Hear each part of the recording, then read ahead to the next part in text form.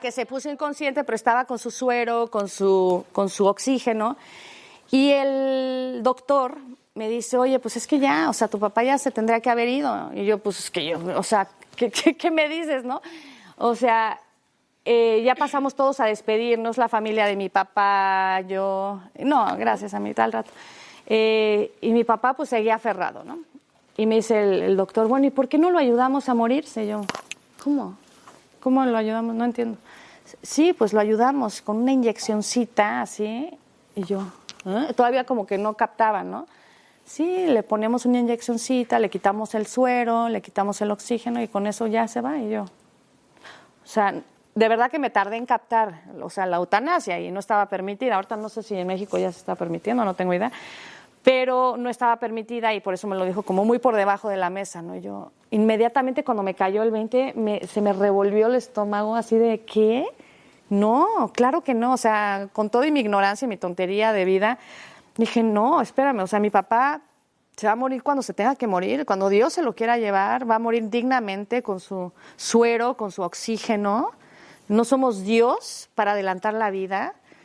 ¿Cómo creen, no? O sea, no. Y yo soy la más pequeña, tengo hermanos mayores y como que estaban como, tú decides, yo no, pues obvio que no, o sea, no voy a permitir eso. Si mi papá no se ha ido es por algo, o sea, tiene una razón de ser. Y de pronto le digo, bueno, le hablé a mi mamá, porque dije, pues mis papás estuvieron casados 25 años y estuvieron divorciados como otros 25, nunca se volvieron a casar. Y le hablé a mi mamá y le dije, oye, ma, vente a despedir de mi papá, ¿no? Y, claro que sí, mija. Entonces ya fue mi mamá, entró al cuarto con mi papá, no sé, estuvo ahí un rato con él, un ratito, no sé, no me acuerdo cuánto. Sale del cuarto y como a los 20 minutos se muere mi papá.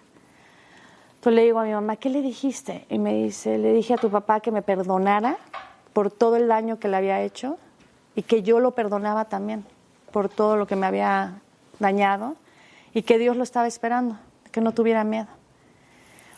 En ese momento así entiendo como esa gracia, ese fruto que Dios les estaba dando a mis padres del perdón. O sea, si yo le hubiera adelantado la vida, le hubiera adelantado la muerte con la famosa eutanasia de, pues ya, ¿no? Pues ya se tiene que ir, pues ya, de 2 semanas inconsciente, o no sé cuántos días estaba inconsciente, que ya se vaya, le hubiéramos interrumpido a mi padre y a mi madre la oportunidad de despedirse, de que aunque mi papá estuviera inconsciente, están escuchando, del perdón, del regalo del perdón, para que mi padre se fuera en paz y para que mi mamá viviera en paz. Porque ahorita mi mamá está tranquila, o sea, mi mamá está en paz. Ese regalo del perdón. Y esto para mí es bien importante y es bien poderoso porque Dios me permitió ver ese fruto del porqué de la importancia de la vida, de cada segundo de nuestras vidas tiene una razón de ser y que obviamente nuestra humanidad y nuestro cerebro tan pequeñito nunca vamos a entender el porqué del sufrimiento, el porqué de tantas cosas en este mundo, pero en ese momento Dios me permitió ver que cada segundo de nuestras vidas es importante. Cada segundo de nuestra vida es una razón, tiene una razón de ser, que a veces no entendemos, pues no, que no lo vamos a entender, a lo mejor hasta que estemos con Dios lo vamos a entender, pero cada segundo de nuestras vidas tiene una razón de ser y por eso es que a partir de entonces decidí promover la vida, defender la vida desde la concepción hasta la muerte natural, porque a veces los humanos queremos jugar a ser dioses y no somos Dios. No somos una creación hermosa de Dios, pero no somos Dios y tenemos que respetar sus tiempos y amar y tener confianza en Dios. Y yo sé que no es fácil porque, como les digo, yo sigo siendo humano y sigo siendo imperfecta y sigo a veces dudando y preguntando y cuestionando, pero al final siempre le pido a Dios que me dé la gracia de confiar en Él y de nunca separarme de Él, porque Él es quien me da esta fuerza, ¿no? Pero bueno, pasa esto de lo de mi papá, este fruto de ver, ¿no? De la importancia de la vida, de la importancia de cada segundo, ¿no? De nuestras vidas. Y de ahí surge como esta cosa con Dios, porque yo vi morir a mi papá y fue muy fuerte,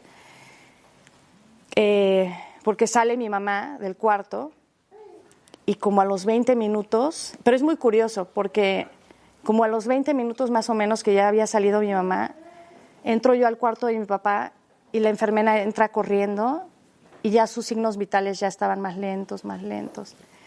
Y curiosamente, tenía que yo ir al baño, correr al baño, fui al baño y cuando salgo del baño es cuando mi papá, o sea, cuando él estuvo solo. Dicen que no sé por qué, que a veces no les gusta o no sé por qué les...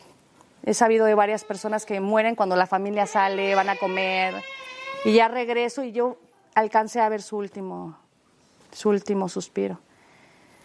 Pero, y la enfermera lo quería revivir y ahí sí ya dijimos, no, ya, es el momento que Dios se lo ha querido llevar, ¿no?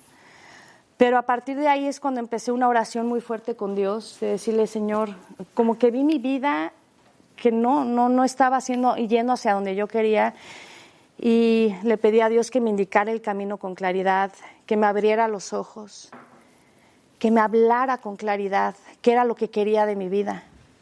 Y me respondió, Dios responde oraciones, Dios responde cuando rezamos con el corazón, Dios responde. A veces no responde en nuestros tiempos, casi nunca en nuestros tiempos, pero responde. O sea, después de que yo le pedí con todo el corazón, porque después de haber visto a mi papá pasar por esto y entender lo que de verdad importaba en la vida y no nada más era el trabajo, porque yo era workaholic. O sea, está bien trabajar, claro, está bien hacer dinero, claro, pero no hacerlo nuestra prioridad, o sea, porque mi prioridad era trabajar, el dinero, todo lo material, y me había olvidado de mi familia. Yo me acuerdo que mi papá me hablaba y me decía, Karimita, ¿cuándo nos vemos? Karimita, te extraño. Oye, la vida se va pronto, uno nunca está aquí siempre, no está para siempre. Y yo, ay, me está chantajeando, ¿no? Ya no me estés chantajeando, papá, no sé, o sea, uno no ve esas cosas. Y de pronto digo, sí es cierto, me la pasé en foros, no pasé el suficiente tiempo con mi papá. Y el haber estado con él me abrió los ojos a esto, ¿no? A lo que de verdad importa en la vida, que es la familia, que es el amor, que es la comprensión, que son estos momentos que son para siempre. Lo material, pues, se va, ¿no? Es bonito, pero no te llena y se va. Entonces, Dios responde esta oración que hago. Conozco a un amigo. Yo antes conozco a un amigo que me empieza a hablar de la fe y empiezo a entender. Yo antes me burlaba de la fe, me burlaba de la castidad, me burlaba de la iglesia, o sea, la típica contracorriente de la iglesia católica. Y este amigo, después de esta oración, ese mismo día que hago la oración, me empieza a explicar la belleza de la fe católica, de la castidad, del sacramento del matrimonio, y lo empiezo a entender.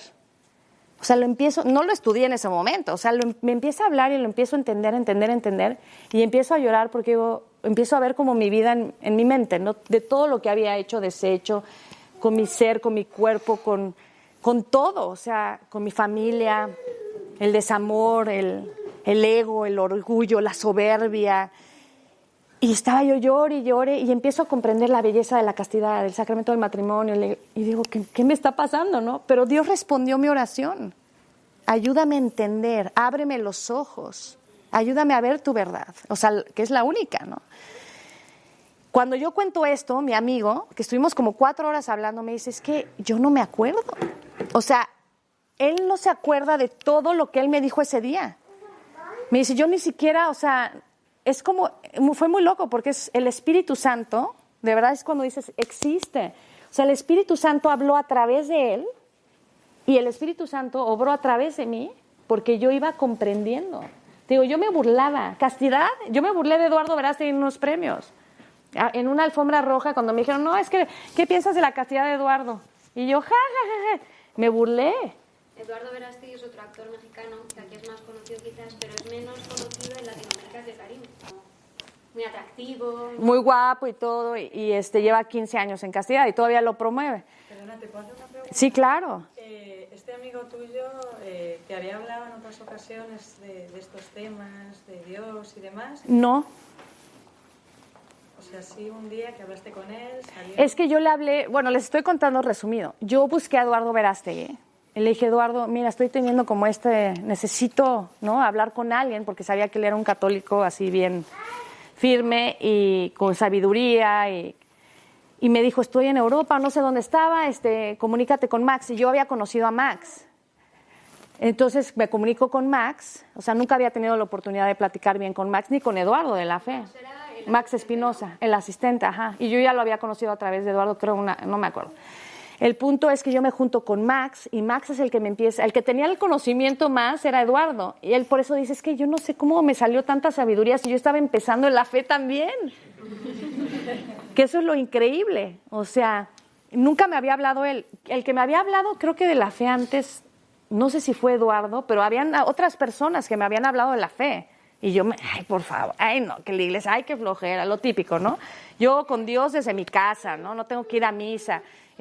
No tenía idea ni qué eran los sacramentos, no tenía idea de nada, ¿no? Pero, a lo que voy es esto, que él me dice, es que yo no me acuerdo de todo esto y yo estaba empezando en mi fe también, ¿no? Entonces es la claridad de cómo el Espíritu Santo hablaba a través de él, con esta sabiduría, y me hacía entender a mí. Entendí, dije, wow, la castidad, o sea, la comprendí, no sé explicarlo, o sea, la belleza, ¿no? Y de pronto anhelé en mi corazón el matrimonio. Yo nunca en mi vida quería casarme. Yo era mamá soltera, yo decía casarme, pero jamás, ¿no? Me explicó del sacramento del matrimonio y como que, ay, me encantaría. O sea, lo empecé a comprender con la mente y con el corazón. Después de eso yo me entregué a Dios, dije, Diosito, me entrego a ti. Después de me hablaste con claridad. Y les cuento esto porque yo estaba a punto de perder mi casa, la que conoció Lucía, precisamente porque yo quería hacerla en Hollywood y todo, y entonces ya no hacía novelas. Empecé a ganar menos dinero, y entonces resulta que me ofrecen una revista para posar desnuda, y me estaban ofreciendo una X cantidad de dinero. Y yo decía, bueno, con esto puedo salvar mi casa. Pero a la vez pasa lo de mi padre, me entrego yo a Dios, le digo, pues no, pues perderé mi casa, no voy a... Y gente cerca de mi familia, ay, pero haz la revista, ay, pero pues estás jovencita, al contrario, ¿no? Cuando crezcas, cuando estés grande, vas a decir, ay, mira qué guapa estás. Y, o sea, es la ignorancia, ¿no? No es por maldad, es simplemente por ignorancia. Pero en ese momento, cuando estoy a punto de perder mi casa, me ofrecen el dinero de la revista, y tengo mi cambio y digo, no puedo. Y entonces pasa esto de la plática y digo, Señor, te ofrezco mi vida. Fue un 15 de mayo, que es el mes de la Virgen. Te ofrezco mi ser, te ofrezco mi vida, todo.